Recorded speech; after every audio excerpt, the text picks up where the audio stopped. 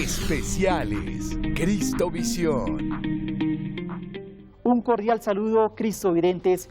En el marco del tercer Congreso de Doctrina Social de la Iglesia, el cardenal Michael Czerny, prefecto del Dicasterio para el Desarrollo Humano Integral, estuvo en la Comuna 4 de Altos de Casucá, en el municipio de Soacha. Allí el purpurado evidenció de primera mano las necesidades de cientos de personas de este territorio. Monseñor Juan Carlos Barreto, obispo de la diócesis de Soacha, dio a conocer un primer balance de cuál es la realidad de ese sector. Otros, sin embargo, han permanecido al margen de las bondades de esta porción del territorio latinoamericano y han debido afrontar el rigor de la guerra, la pobreza y la corrupción. Para que un país sea paraíso para todos y que en consecuencia vaya respondiendo a los valores del reino de Dios, se requiere que la paz sea el ambiente normal en el que se vive en los días de los niños, los jóvenes y los adultos. La gente del campo y de la ciudad aspira a tener la posibilidad de moverse tranquilamente en su territorio, de compartir con sus familiares, amigos y vecinos sin la zozobra de la inseguridad. En los hombres y las mujeres de todas las culturas está el anhelo profundo de disfrutar del acceso a una vivienda digna, a un trabajo estable, a una porción de tierra, un sistema de salud incluyente, acceder a educación de calidad y pertinencia y disfrutar de la protección del Estado. Desafortunadamente, estas aspiraciones legítimas han sido privilegios de algunos sectores sociales y han sido esquivas para un gran número de ciudadanos. De hecho, Colombia, al ser uno de los países con mayor desigualdad en el mundo, refleja la falta de oportunidades para algunos y el exceso ostentoso en que viven otros. La triste realidad nos muestra que solo el 25% de los adultos mayores en edad de pensión han logrado este derecho para tener una ancianidad digna y tranquila. Además, de cada 100 estudiantes que terminan el bachillerato, solo el 50% pueden acceder a estudios superiores. El desempleo tiene altos índices en gran parte del país y de informalidad, que está alrededor del 60%. Respecto al acceso al sistema de salud también hay enormes limitaciones, pues las empresas privadas son las únicas que realmente gozan de buena salud en el país. Muchos colombianos padecen las inclemencias del servicio de las EPS, a las cuales hay que arrancarle con muchas citas y procedimientos quirúrgicos a partir de tutelas. Los colombianos con mejores posibilidades económicas pagan de su propio bolsillo, además de lo que consignan a las EPS, para recurrir a clínicas privadas y tener una salud bien pagada. Por otra parte, el 31% de los hogares colombianos se encuentra en déficit de vivienda, alcanzando niveles de suprema indignidad, como casos en los que en una misma casa viven 3 familias o situaciones en las que la misma habitación es utilizada como dormitorio y comedor. Indudablemente la población colombiana vive situaciones difíciles que afectan especialmente a los campesinos, las comunidades indígenas, los afrodescendientes y los sectores populares de las zonas urbanas. Estos mismos sectores poblacionales han sufrido en primera persona las consecuencias del conflicto armado y han vivido en mayor grado el desplazamiento, el confinamiento, las amenazas y los asesinatos de líderes sociales y el reclutamiento de menores.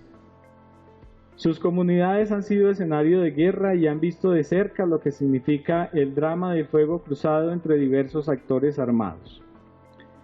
Este panorama nacional tiene en Soacha un reflejo que casi a nivel de espejo evidencia las difíciles situaciones de vida de la mayoría de los colombianos.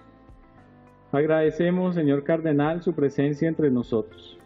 Sabemos que ha llegado a nosotros en nombre del Papa Francisco y en cumplimiento de los objetivos del Dicasterio para el Servicio al Desarrollo Humano Integral. Las periferias, la Iglesia en salida misionera, la Iglesia samaritana, la opción por los pobres, el espíritu de sinodalidad animan su visita a este territorio. Estamos aquí para contarle un poco sobre nuestras realidades. Sabemos que ha venido a escuchar y a traer un mensaje de esperanza. Los liderazgos sociales y los agentes de pastoral describirán en detalle lo que se vive en esta parte de Colombia. Bienvenido. Gracias por su cercanía y por promover la cultura del encuentro. Por otra parte, el padre Diego Barbosa, párroco de Ciudadela Sucre, de Altos de Cazucá, de la diócesis de Soacha, dio a conocer de primera mano cómo esta iglesia particular ha venido apoyando y trabajando con las comunidades. Allí el padre le contó al cardenal Michael Czerny qué han realizado. Está dividida esta diócesis en 6 arciprestazgos y en este momento usted visita el arciprestazgo número 5, compuesto por 7 parroquias, los cuales sus párrocos están aquí hoy con nosotros. Y con alegría hoy pues nos recibe también la parroquia Nuestra Señora de la Esperanza, que de manera especial hace presencia en esta comuna 4 del municipio. Ante la situación que anteriormente se nos presentó por parte de la Defensoría del Pueblo, nuestra iglesia diocesana no ha sido indiferente ante la situación que social, cultural, ambiental, educativa, salud, minería, inmigración se nos presenta en esta porción del pueblo de Dios. Ha sido imperativo cumplir el mandato de la iglesia de ser discípulos misioneros en un escenario que requiere de una iglesia donde se viva la comunión, donde haya participación y donde la misión sea nuestro derrotero en el deseo de vivir una iglesia más cercana a las realidades que experimentan hombres y mujeres de buena voluntad, que la vida y la sociedad no han atendido el clamor de estos hermanos.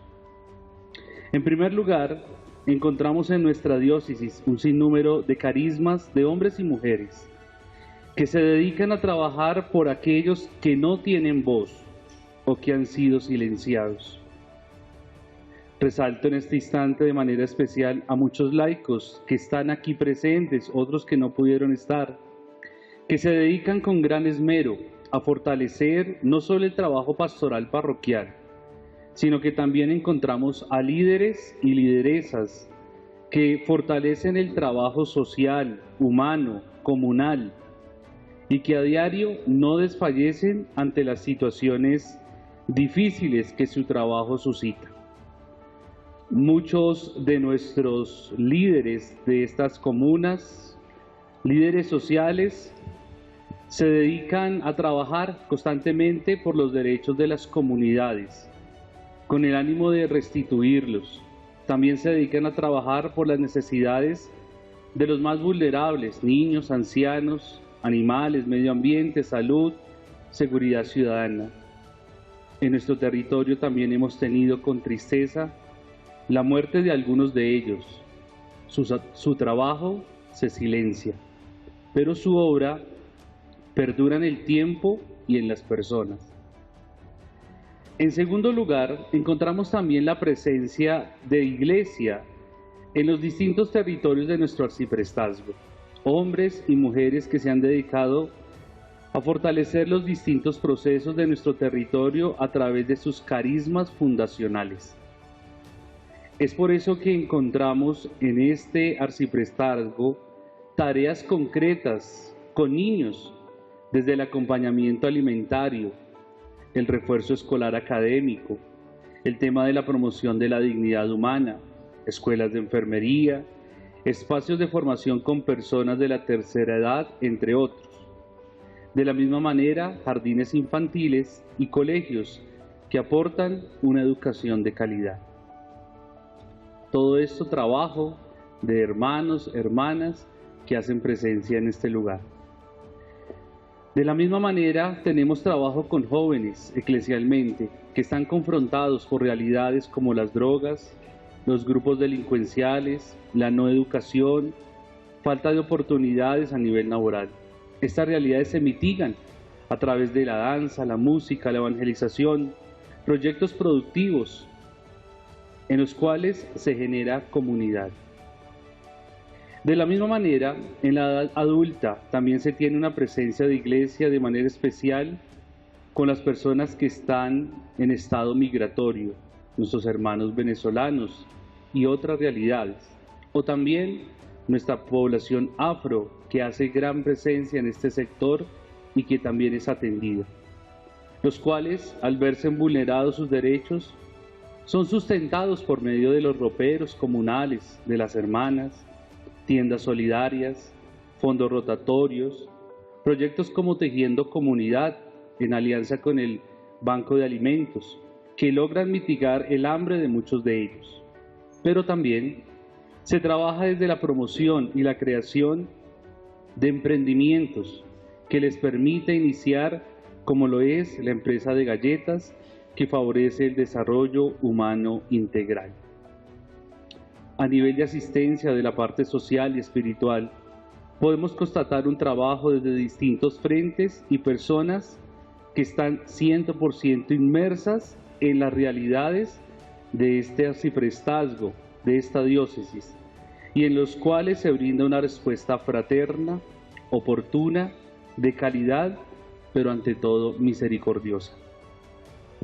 Agradecemos de manera especial a las comunidades,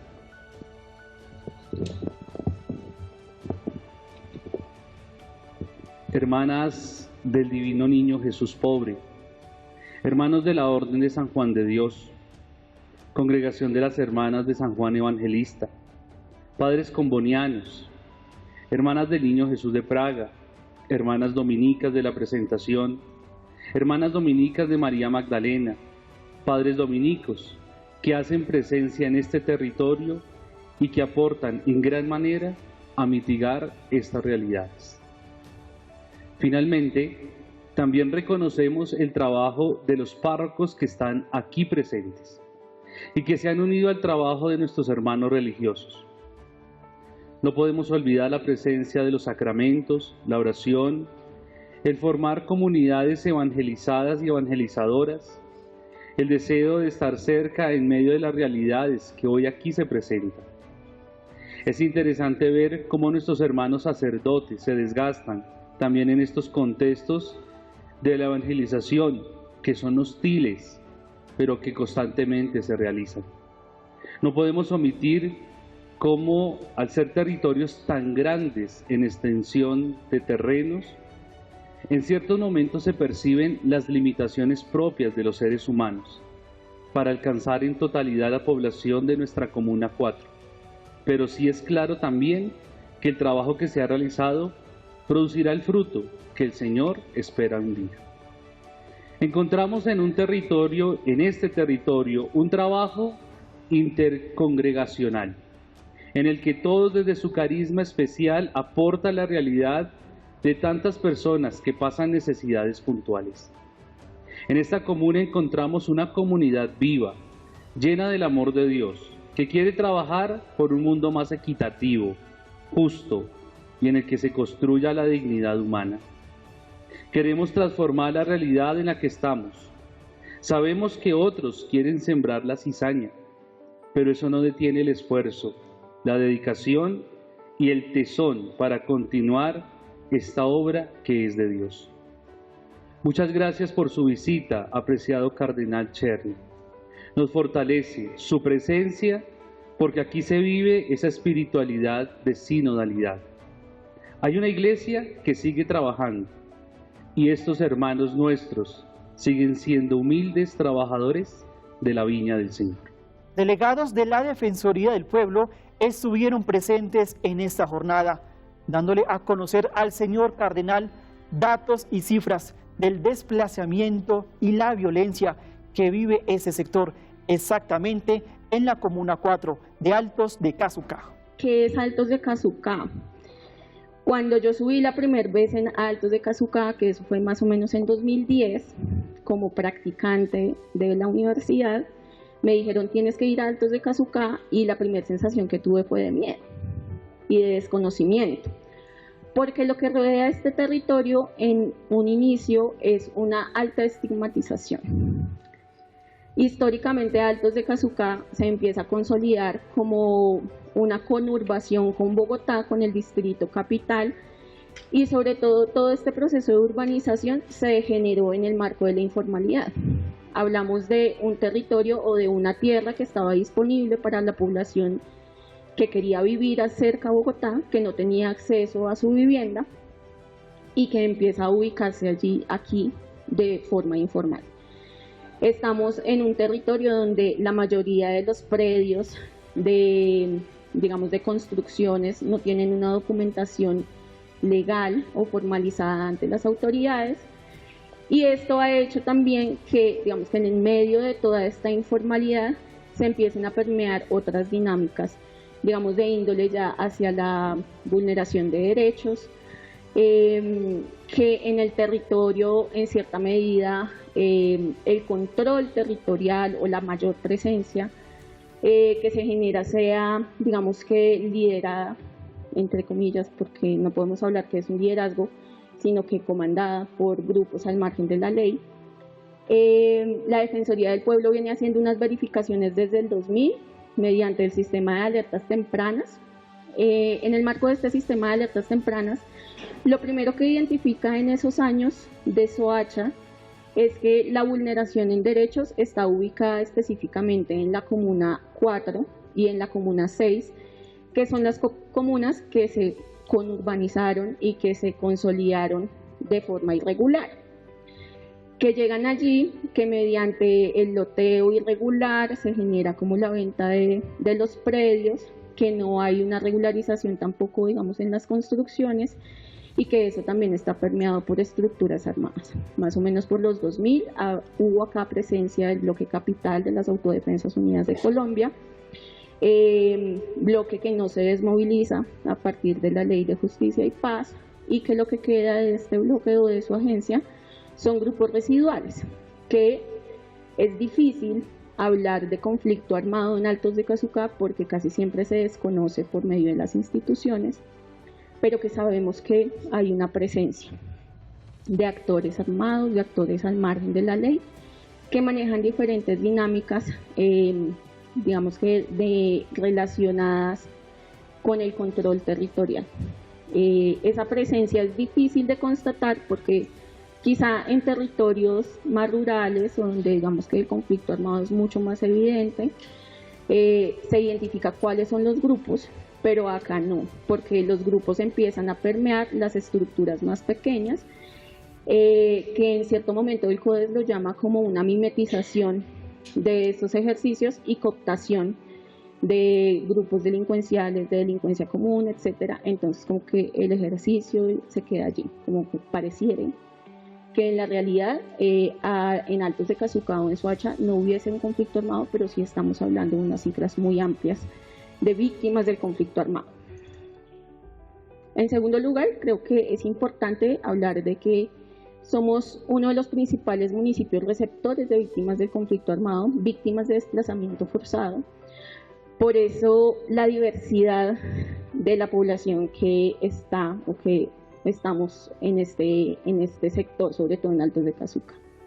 Más o menos a finales de la década de los 90, Altos de Casucá empieza también a generar un ejercicio, de llegada de mucha población víctima del desplazamiento forzado, que en su momento era desconocido por las instituciones, que en su momento no fue atendido como se atiende hoy, que aunque sabemos que también hay algunas falencias, pero que que ya hay una institucionalidad que lidera ese ejercicio. En los 90 eso no sucedía y encontraron un refugio en este lugar. Igual, de la misma manera que lo vienen haciendo, que en los últimos años, la población migrante, que es una migración forzada y que también sabemos que hay mucha población con necesidades de protección internacional proveniente de Venezuela. En ese proceso de recepción también, y dado las dinámicas, nos damos cuenta que somos no solamente un municipio receptor de víctimas de conflicto armado, sino expulsor. Y quizá hay una alerta frente a la Defensoría, donde esos ejercicios de expulsión y las personas que viven en este territorio también están en riesgo de desplazamiento forzado. Hay subregistros, porque desafortunadamente también hay unas distancias de la población con la institucionalidad, porque ya no creen en la institucionalidad o porque tienen muchas dificultades en la comunicación, hemos identificado barreras de acceso para acceder a las rutas de atención con la institucionalidad y eso genera esos subregistros, ¿no? Intentan decir, pero pues me está sucediendo esto, mi vida, mi integridad está en riesgo, debo acudir como la institucionalidad, pero quizá hay muchas dificultades allí, quizá no me van a atender, prefiero por mis propios medios o acudiendo a otro tipo de redes que sé que quizá me van a atender de una forma mucho más expresa y efectiva, salvaguardar mis derechos. Y allí es, digamos que, donde hemos encontrado también un plus. Estando nosotros en territorio nos damos cuenta que sí, efectivamente la institucionalidad está distante de las realidades de las comunidades. También en muchas medidas recalcan la estigmatización y las situaciones de discriminación que se genera hacia la población, porque ha sido una población marginalizada, donde en términos de empleo y de educación, digamos que si hablamos de acceso al empleo, hablamos es de que la población que vive acá accede a formas de empleo informales, a pesar de que tengan la documentación, de que tengan todos los ejercicios, casi nunca se formaliza y acceden es como a procesos de informalidad. Entonces, sabemos de personas que trabajan en hogares, haciendo servicios de limpieza, últimamente personas que trabajan en temas de reciclaje y en esos lugares no cuentan con las condiciones necesarias que garanticen su seguridad social, sus mínimos frente a lo que requieren, ni garanticen la permanencia en sus empleos. También sabemos de muchos hogares con jefaturas femeninas, porque desafortunadamente han sido las mujeres las que han tenido, digamos, desde unos ejercicios de resiliencia muy fuertes, las que han llegado a este territorio, ¿sí? Llegaron muchas mujeres donde sus parejas o donde los hombres, los jóvenes, sus hijos habían sido víctimas del conflicto armado, habían sido asesinados, víctimas de homicidios, de desapariciones, y llegan las mujeres a ser una fuerza muy grande acá en este sector. Y eso también ha generado que, por ejemplo, las redes de cuidado y de trabajo con la niñez y la juventud quizá queden un poco desprotegidas, porque estas mujeres o las mujeres de Altos de Casucá tienen que empezarse a encargar de todo lo que tiene que ver con, digamos, proveer económicamente los hogares. Altos índices de vulnerabilidad frente a la garantía de las necesidades básicas en alimentación, en vivienda, porque acá, si bien ya hay un desarrollo estructural en cada una de las viviendas, pues aún hay muchas dificultades y sigue habiendo muchos escenarios de asentamientos humanos informales que siguen llegando a Altos de Casucá. Es un ejercicio que no para, es un ejercicio que sigue llegando a la población altamente vulnerable, independientemente del lugar de Colombia que llegue o de el lugar de Venezuela, que es, digamos, que la población que hemos atendido en mayor medida. ¿Qué más les puedo contar? Frente a los temas de educación, siempre nos encontramos con situaciones, el municipio siempre ha tenido una deficiencia en cupos escolares y no alcanza a cubrir el 100% de la vinculación en educación a la población. Eso significa que tenemos niños, niñas, jóvenes, adolescentes y jóvenes que quedan sin esa red de vinculación y quedan expuestos un poco a fenómenos como la trata de personas, el uso y utilización de la niñez y la adolescencia en prácticas delictivas relacionadas sobre todo con microtráfico. Y todo esto ¿por qué pasa en Soacha? Pues porque somos un corredor estratégico que conecta la capital de Colombia, Bogotá, con el sur del país. Entonces, como que ahí en esa medida es un sector altamente vulnerable. Aquí ahorita yo escuchaba a Luz Marina decía, pero no hablemos todo lo malo de Altos de Casucá. Y es que hay cosas muy buenas en Altos de Casucá y la principal es su capital humano. La población, acá estamos, la población que llega a Altos de Casucá llega también con unas necesidades de volver a surgir, de generar procesos de resiliencia.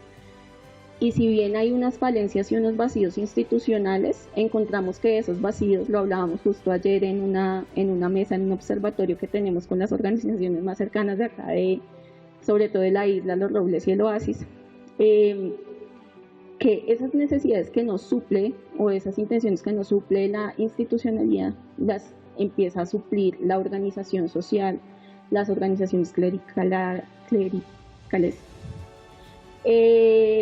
Y eso es evidente acá. Nosotros en infraestructura, por ejemplo, como Defensoría no tenemos un lugar para estar, dependemos de cooperación internacional. Los colegios han sido donados también por cooperación internacional y quienes cuentan también con unas infraestructuras para generar servicios para la comunidad son las iglesias, las comunidades religiosas, y también ayudan a suplir un poco esos ejercicios y esas necesidades que requiere la población. No solamente dando, sino también generando unos procesos de empoderamiento que son necesarios. En ciertos momentos les decimos a las comunidades, en algún momento puede que no esté la Defensoría, y lo ideal es que la Defensoría no existiera, que cada uno pudiera hacer la exigibilidad de sus derechos y no pasara nada. Y cuando llegue ese momento, son cada una de las personas empoderadas quienes deben hacer esos procesos de exigibilidad, y nosotros lo que hacemos es facilitar y acompañar esos ejercicios. Pero los protagonistas son líderes sociales, comunidades que llegan acá con unos ejercicios de resiliencia muy fuertes. Por otra parte, diferentes religiosas y hermanas de varias comunidades de este sector le dieron a conocer al cardenal Michael Czerny cuál es la realidad, los testimonios de cientos de personas que viven y trabajan en ese sector. El desplazamiento es uno de los temas que le tocaron al señor cardenal. Bueno, vamos a hablar 3 puntos. 1, la discriminación que hay con la población afro, todavía que se ve aquí en el territorio.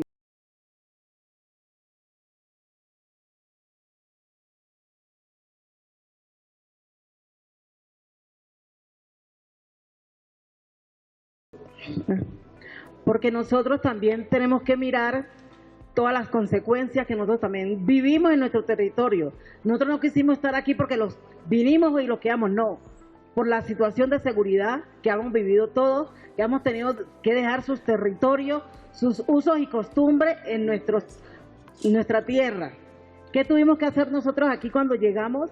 Mirar todas las necesidades que habían con las discriminaciones con los afros, por hacerse un afro, cuando se dejan el pelo pues así, aquí los mataban. A las mujeres que veníamos a hacer un trabajo social, no podíamos hablar porque también nos callaban. Pero nos hemos unido con las otras entidades porque la unión hace la fuerza. Nosotros solas no podíamos venir a trabajar porque no valíamos un peso aquí. Incluso yo tengo medidas de protección, ando con escolta, con un carro, porque por el trabajo que tengo me ha tocado hasta salir varias veces de acá del territorio, y por necia vuelvo porque hay un trabajo que hacer mucho, sobre todo por los jóvenes. Los jóvenes no nos podemos dejar acá solos. ¿Por qué? Un joven cuando lo llevan, que no quiere vender lo que ya sabemos, ¿qué hacen? Le hacen salir la familia de acá. Ya son una amenaza porque como no aceptaron trabajar con ciertas personas, es un problema. Aquí trabajamos con la Defensoría, trabajamos con todos los programas que hay acá con las monjas, con el compañero, el padre, que ha sido también una bendición para muchas afro que no hablan y tenemos que hacerlas hablar. Otro trabajo que se hace acá, porque acá hay muchas necesidades. No es que uno vea, por eso cuando tenemos una reunión yo lo llevo al territorio, para que vean todo lo que nosotros vivimos. Vamos a hacer una conferencia o una práctica de salud, nos ha tocado salir porque nos levantan a plomo. Y no es para un secreto porque acá pasan muchas cosas con la población, y no apenas la afro, con la población víctima, porque también hay mucha discriminación con las mujeres víctimas del conflicto. Hay una rivalidad, no sé en qué, con la población afro acá en el territorio. Nosotros por el color que tenemos, porque ¿qué hacen a veces en los colegios? Cuando son las prácticas de los días de la afrocolombianidad, si no hay niños afro, los pintan. Porque es un error que hay que conocer nuestra cultura también. Nosotros no los pintaron porque quisimos pintarlos. Nosotros por naturaleza tenemos un color y gracias a Dios que sabemos de dónde venimos, de dónde somos y qué hacemos nosotros. Nosotros no venimos pintados. O cuando hay veces hay ladronismo, es la población afro. No, aquí todo el mundo roba. ¿Y por qué nosotros vinimos a estos barrios? Porque son los barrios periféricos que nosotros podemos vivir. Cuando una familia afro va a una casa, ya está arrendada. Porque eso pasa acá. Va un mestizo y la arriendan. Que nosotros somos bulliciosos, no. Nosotros somos de cultura. Hay que conocer la cultura afro. ¿Por qué nosotros hacemos las trenzas? Es caminos de salvación. ¿Por qué los colocamos los turbantes? Es porque son empoderamiento, es voluntad, es empoderar a otras niñas, porque tenemos que conocer cada camino, cada trenza que uno se hace. ¿Qué era que pasaba? De nuestros ancestros, como sabían que las tenían encerradas, los caminos de seguridad, para salir, para un escape, se guardaban el oro en las trenzas. Por eso nosotros no trabajamos apenas con afro acá. Nosotros trabajamos con mucha población para que conozcan también la cultura de nosotros. Porque nosotros mismos, hay veces cuando no conocemos la cultura, somos discriminatorios también. Y tenemos que conocer, nosotros somos bulliciosos porque antes no había teléfono en nuestros territorios. Para nosotros podernos comunicar teníamos que hablar de un lado del otro del río. Y las olas del mar o de los ríos se llevaban nuestras voces. Por eso es que nosotros hablamos fuerte. No porque nosotros, ay, ya los negros vienen a hacer bulla.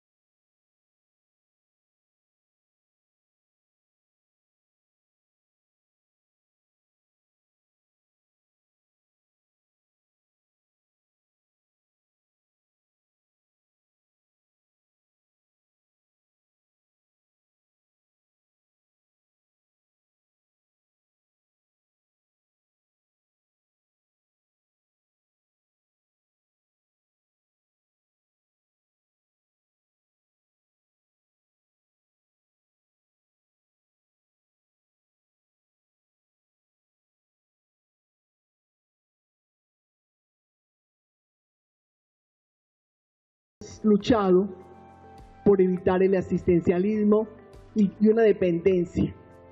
Y la segunda, buscar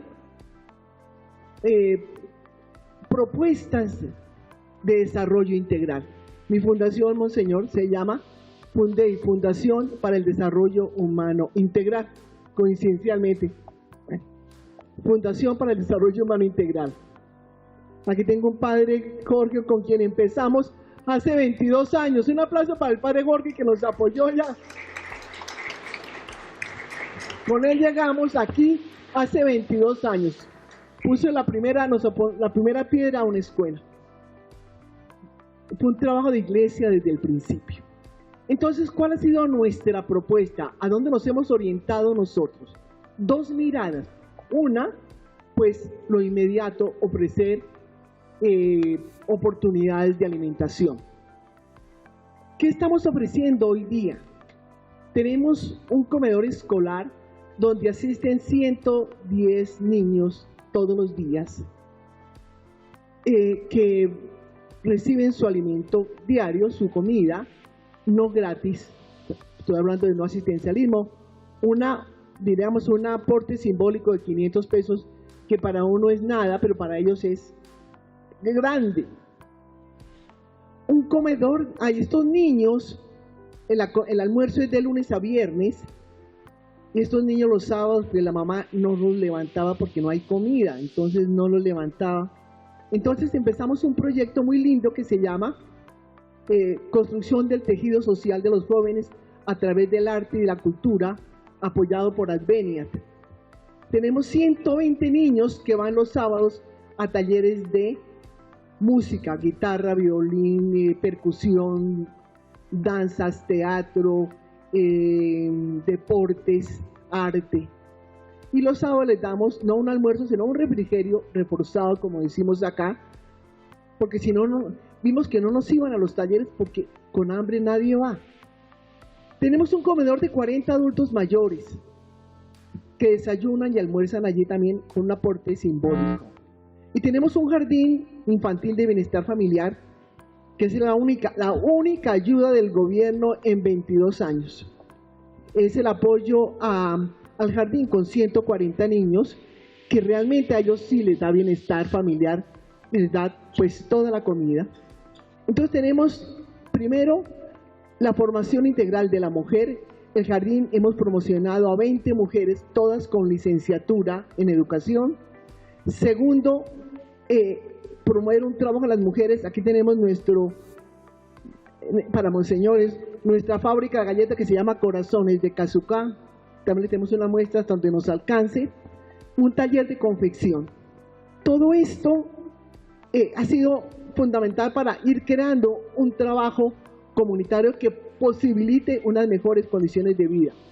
Pero quizás lo más importante, y con esto termino, es que en estos 22 años, lo más importante, hay 3 cosas importantes que hemos tenido. Dios, que no nos ha faltado. Yo digo que yo no tengo fe si es con la antigua definición de ve. Ver es creer lo que no vemos porque Dios lo ha revelado. Yo toco a Dios aquí. Lo toco, lo palpo todos los días. Segundo, el empoderamiento de las mujeres. Todos los proyectos son liderados por mujeres. Y tercero, una credibilidad que tenemos y mucha gente nos apoya y nos ayuda. No hay plata que por debajo de cuerda, ni hay plata de malversación de fondos. Todo ha sido. La gente ve la transparencia de los proyectos y por eso nos ayuda. Todo eso ha posibilitado una respuesta alimentaria y una mejor calidad de vida para la gente. Muchas gracias. Hoy, mostrando un poco la realidad de nuestro pueblo emigrante en esta región. Me compartía ahorita el padre que una vez un trabajador de ACNUR decía que si pusiéramos en una maqueta la realidad de nuestro pueblo colombiano, simplemente haríamos una pequeña maqueta ubicando el contexto de Cazucá. Y allí podríamos visibilizar toda la realidad que se vive en nuestro país.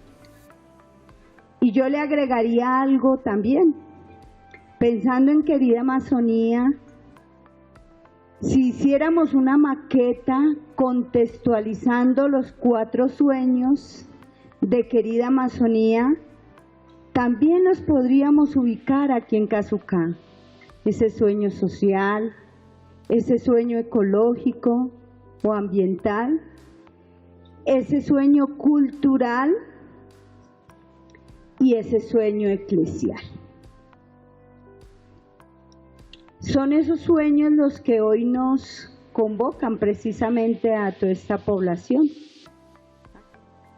Un pueblo que diariamente tiene que migrar de sus territorios no porque quieren, no porque supuestamente aquí les generan mejores garantías, sino porque hay una realidad tan dura que les toca o les toca. Y muchos prefieren estar aquí comiendo un plato de comida diaria y teniendo un mínimo de garantías a tener que estar en su país sin ningún tipo de garantías.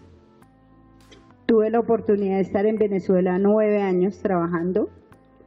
Conozco un poco la realidad del pueblo venezolano en ese tiempito que Dios me regaló. Y verlos aquí pasando una serie de necesidades y calamidades, conociendo las condiciones en que vivían, de verdad que uno puede comprender el dolor y el sufrimiento de nuestra gente. El cardenal Michael Czerny dio a conocer sus primeras versiones, sus primeras palabras ante más de 150 personas en esta jornada. Eso fue lo que dijo el purpurado.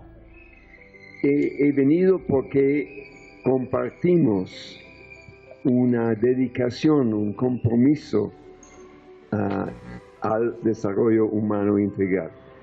Cada palabra, cada descripción que escuché esta mañana, también cada sufrimiento, cada injusticia, cada violación, forma parte del compromiso, de la lucha de la Iglesia para el desarrollo humano integral.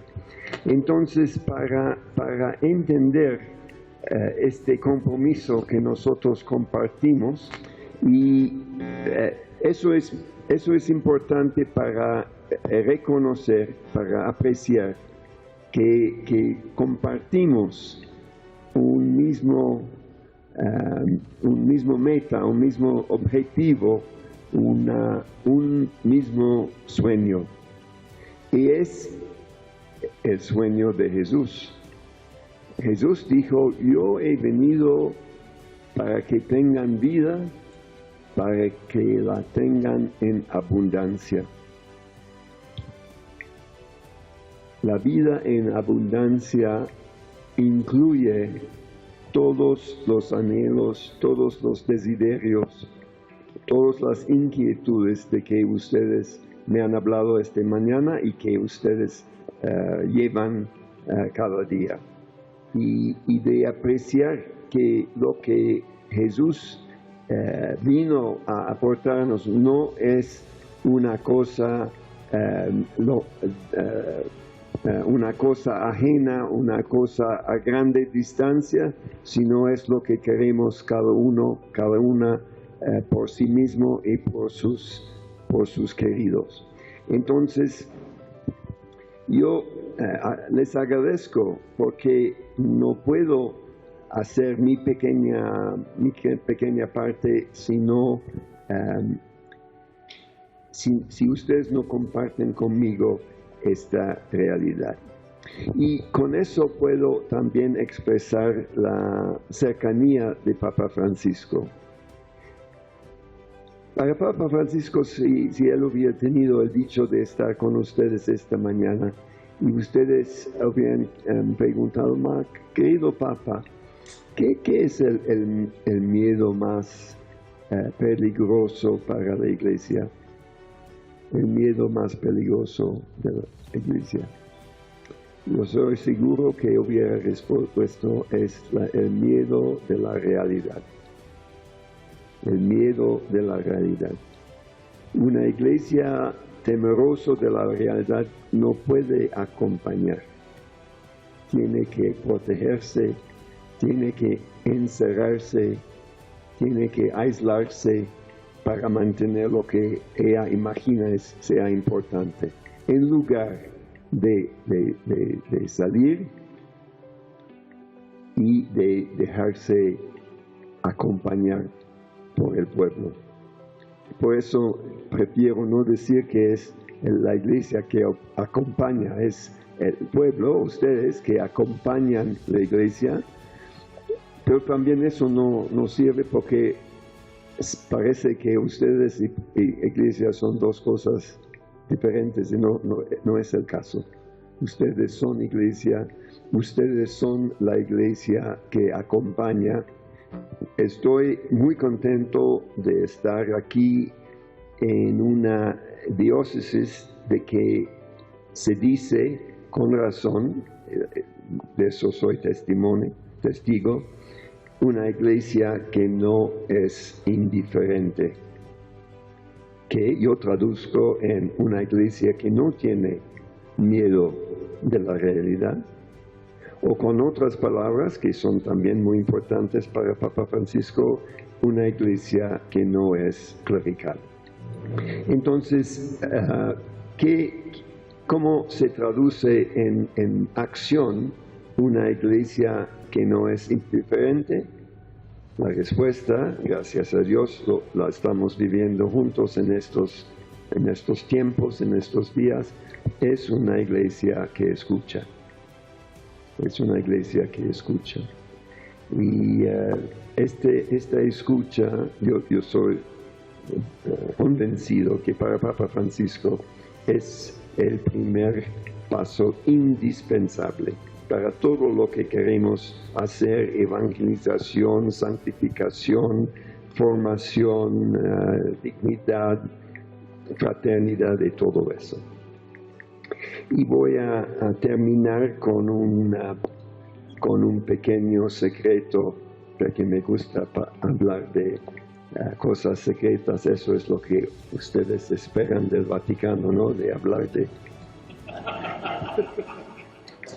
Pero no decir fuera de la puerta, ¿no? Solo aquí, entre nosotros.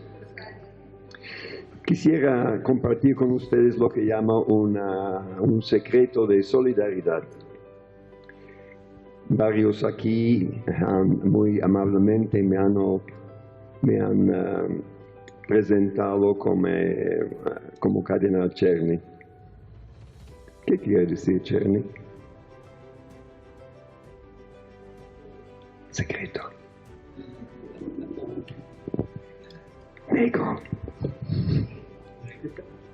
Así comparto mi secreto con ustedes y estoy muy, muy contento de acompañarles durante este momento y de llevarles en mi corazón para acompañar y ser acompañados siempre. Que Dios os bendiga. Cristovidentes, muchas gracias por habernos acompañado en este especial de Cristovisión y por supuesto con la visita del señor Cardenal Michael Czerny. A todos ustedes cristovidentes, muchas gracias y continúen con la programación del canal Cristovisión. Especiales Cristovisión.